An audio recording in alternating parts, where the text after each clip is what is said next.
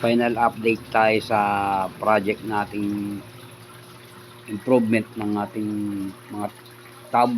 So ito yung sa crayfish, 3 layer siya. So the semento lahat yung ano nito, tapos nilagyan ko na ng trapal para sure na hindi walang leak kasi mahaba to. So ito yung mga crayfish ko ngayon. Yan, nakatago. Yan. Simpleng setup lang. Yan, sa ilalim. Ganyan, diba? Tapos ito naman yung sa mga gapi. Yung bawat tab, isang string. So, yan, malinis yung tubig. So, pinaka-set up, nakatakbo na siya. Yan, ito na yung ano niya, hindi aeration ang ano ang gamit ko dito, kundi water filtration. Patuloy-tuloy lang yung tubig. Yan, so ito naman yung mga sa fry. Yan, mga fry naman to. Kaya lang kinulang pa ako ng lagayan kasi nasa 25 strains yung gapi ko.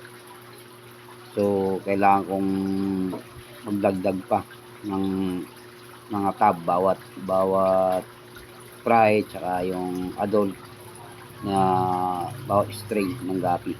So ito naman yung ginawa ko ng dagdag dito. So pinatakbo ko, natapos din sa wakas itong mga ito. So katatapos lang ito. Yan, so, nakita nyo makikita nyo ngayon yan, haba niya nasa mga 38 na tabs to, dalawang layer. So 38 tab. Yan, so in preparation sa mga bagong fry, bagong adult gapit,